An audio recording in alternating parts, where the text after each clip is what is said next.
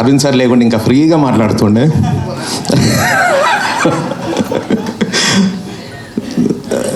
కాలేజ్లో ఉన్నప్పుడు సినిమా తీయాలి అని డిసైడ్ అయిన మూమెంట్ ఫ్రెండ్స్ని వేసుకొని కార్ ఉంటే రామానాయుడు స్టూడియో గేట్ ఓపెన్ ఉంటుంది, వాడు అట్కాయించాడు అనేసి కార్ వేసుకొని వెళ్ళిపోయి పైకి వెళ్ళిపోతే షూటింగ్ అవుతుంది.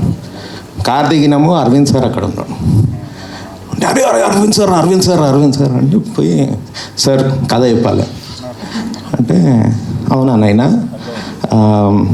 సరే గీతా ఆర్ట్స్ ఆఫీస్ అని ఉంటుంది అక్కడికి రా, కథ బాగుంటే సినిమా తీస్తాం, కథ బాగాలేకుంటే ఒక ఛాయ్ వేస్ట్ అవుతుంది, అంతే నాకు.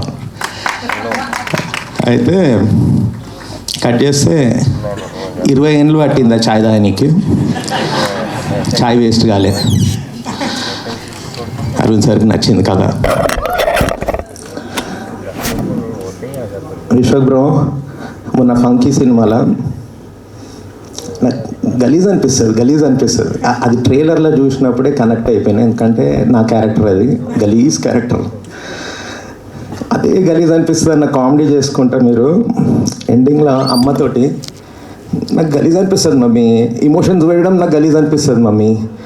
ఎంత బాగా చేసిండ్రంటే ఫంకీ సినిమా, అది ఇది సూపర్ సినిమా, నా ఫేవరెట్ ఫిలిం.